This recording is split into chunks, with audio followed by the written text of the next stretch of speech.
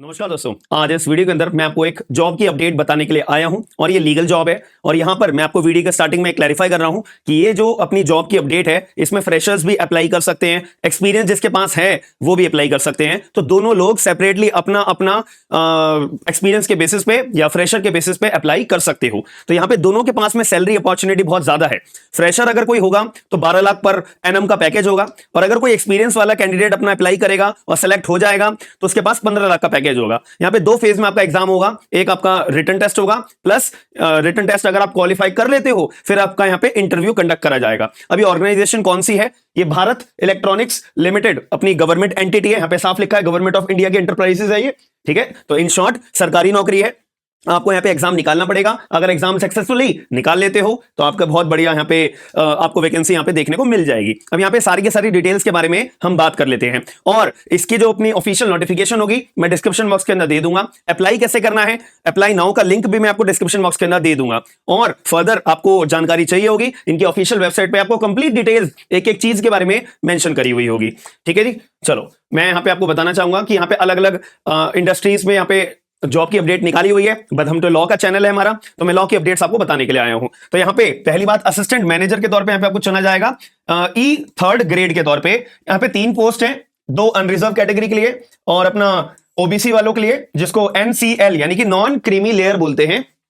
उसमें एक वैकेंसी है। 50,000 रुपए से लेके 1,60,000 यानी कि सीटीसी अगर मैं बात करूं अप्रॉक्स 15 लाख का आपका बैठता है।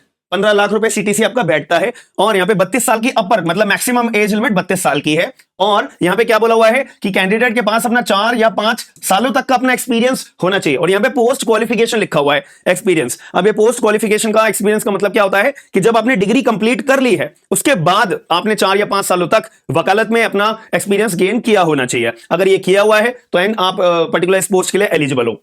अब अगर मैं आगे की बात करूं तो यहां पे दूसरी जो फ्रेशर्स के लिए है, यहां पे बोला है probationary officer legal E2 grade के तौर पे। यहां पे 3 वैकेंसी है। पहली अनरिजर्व के लिए, ओबीसी नॉन क्रीमी लेयर के लिए 1 है, और शेड्यूल कास्ट लोगों के लिए अपना एक पोस्ट रखी है। 40,000 से लेके 1,40,000 यानी कि सीटीसी अप्रॉक्स अगर मैं मानूं 12 लाख रुपए का आपका सीटीसी बनता है। यानी कि हर महीने 1 लाख रुपए आपकी सैलरी सीटीसी यानी कि कट कटा के आपका जो है हाथ में इन हैंड 1 लाख रुपए के अप्रॉक्स आपको इन हैंड मिला करेगा। अब यहाँ पे अपर एज लिमिट क्या बता रखी है? 25 साल की। और यहां पे कोई भी तरह का आपसे एक्सपीरियंस नहीं मांगा हुआ है, जो बहुत बढ़िया बात है। जो आप लोग बोलते हो कि सर हमें तो बताइए कि हमें फ्रेशर्स वाली जॉब कहां कहां पे आती है, हर महीने आपको 2 या 3 पोस्ट तक वैकेंसी को अपना फ्रेशर्स की मैं बात कर रहा हूं आपको फिल करने का मौका मिलता है। इसलिए मैंने आपको एक गाइडेंस अपनी भतेरी वीडियोस में बता रखा है, केवल एक जॉब के ऊपर आप टिक कर मत बैठा करो। ज्यादातर जॉब्स के अंदर जो सिलेबस होता है ना वो सेम होता है, एग्जाम का पैटर्न होता है वो सेम होता है। तो आपको सबसे बड़ी अपनी जानकारी इसमें थोड़ा सा स्मार्ट खेलना पड़ता है। भैया सिलेबस अपना प्रिपेयर अच्छे से कर लोगे ना, और जो एग्जामिनेशन का अपना मेथड है वो दोनों जगह पे सेम होता है, हर जगह पे सेम होता है। 2 ही मेथड होते हैं, written test interview, written test interview.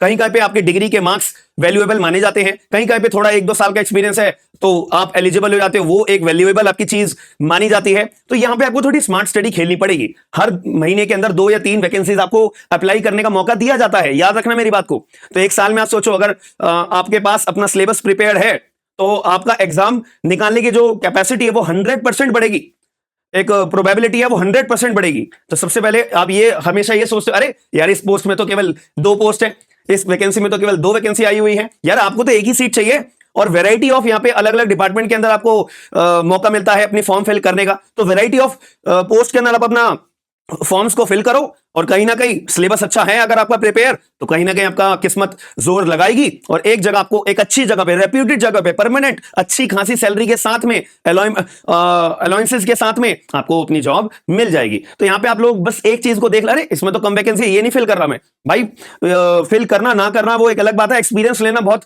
जरूरी है। हर जगह पे आपको एक्सपीरियंस नहीं मिलेगा, बस बैठे हुए आपको एक चीज के लिए आप ये सोच लोगे कि कम वैकेंसी है मैं अप्लाई नहीं करता हूं, या आगे कोई वैकेंसी आएगी उसके लिए अप्लाई करूंगा।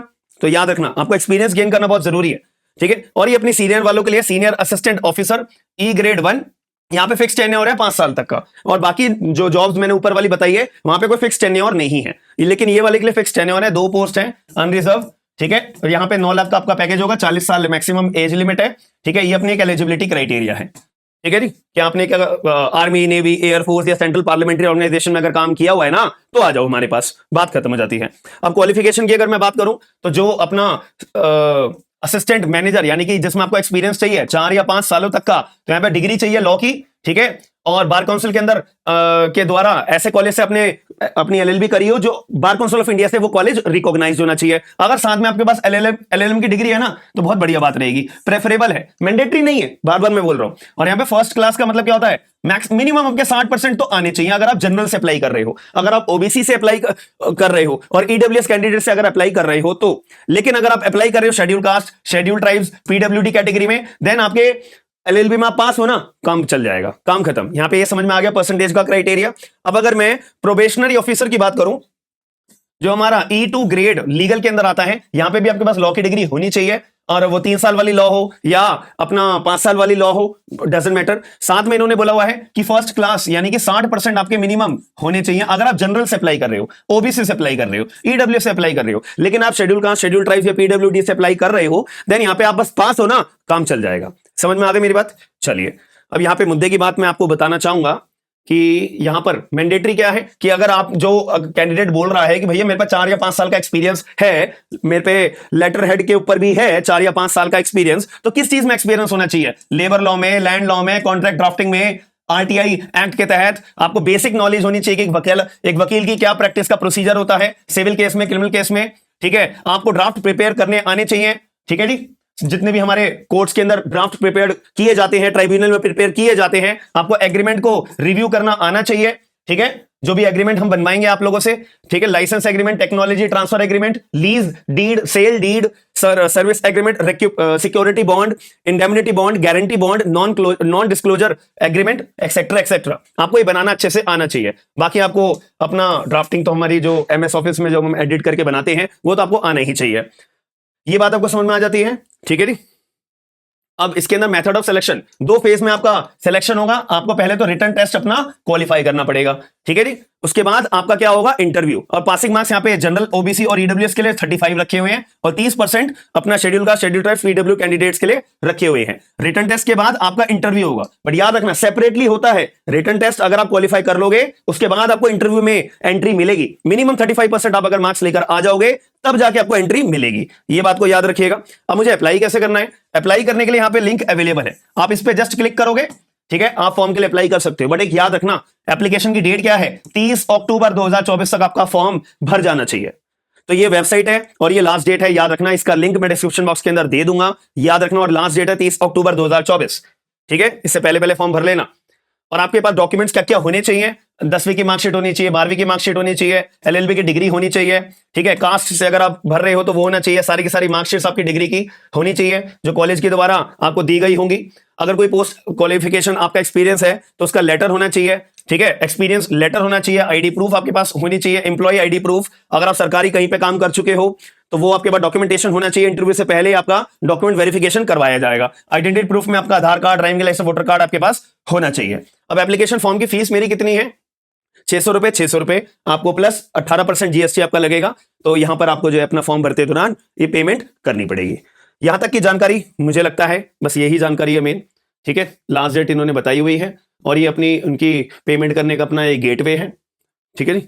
बस यहाँ पे यही डिटेल है। तो इसकी जो पूरी की पूरी हमारा ये जो नोटिफिकेशन है, इसका अगर आपको लिंक चाहिए होगा, ये पीडीएफ चाहिए होगी, तो आप लोग मेरे टेलीग्राम पे ज्वाइन हो सकते हो। टेलीग्राम ग्रुप के ऊपर आपको ये पूरी की पूरी पीडीएफ मिल जाएगी। और अगर वीडियो पसंद आई है और ये जॉब की जो नोटिफिकेशंस मैं आपके लिए प्रोवाइड कराता हूं, आप लोग इसको देखने के लिए इच्छुक होते हो, तो मुझे एक बार कमेंट बॉक्स के अंदर बताइएगा कि सर आप डेली एक ना एक हमारे को जॉब की अपडेट जरूर बताया करिए। तो मैं आपको जरूर बताया करूंगा, एक बार चैट बॉक्स के अंदर, कमेंट बॉक्स के अंदर जरूर बताएगा। और साथ में ना मैं ये देखता हूं कि आप लोग वीडियो तो देखते हो लेकिन लाइक नहीं करते हो, शेयर नहीं करते हो। तो मेरी रिक्वेस्ट यही है कि वीडियो को लाइक करके शेयर जरूर करिएगा। और आप में से बहुत सारे लोग होंगे जो एएबी एग्जाम की तैयारी कर रहे होंगे, जुडिशियल एग्जाम्स की तैयारी कर रहे होंगे, तो आप लोग हमारी एप्लीकेशन डाउनलोड कर सकते हो। वहां पे आपको बतेरे एआईबी 19 का बैच भी मिलेगा कंप्लीट, और जुडिशियल के सब्जेक्ट वाइज बैचेस भी मिलेंगे। इससे आपका फायदा क्या होगा कि आप सब्जेक्ट वाइज अपनी प्रिपरेशन अच्छे से कर पाओगे। और मैंने पूरा डिटेल में प्रीलिम्स एंड मेंस की यहां पे आपको तैयारी करवाने के लिए अपनी लाइव क्लासेस कंडक्ट करी जाती हैं, रिकॉर्डेड क्लासेस होती हैं, हिंदी में होती है, इंग्लिश में होती है, वगैरह वगैरह। तो आप अगर इंटरेस्टेड हो तो हमारा एप्लीकेशन है स्मार्ट एंड लीगल गाइडेंस के नाम से, आप डिस्क्रिप्शन बॉक्स चेक करोगे तो वहां पे आपको बतेरे बैचेस मिल जाएंगे। बाकी वीडियो को लाइक जरूर करेगा। मिलते हैं नेक्स्ट वीडियो के अंदर। थैंक यू, धन्यवाद।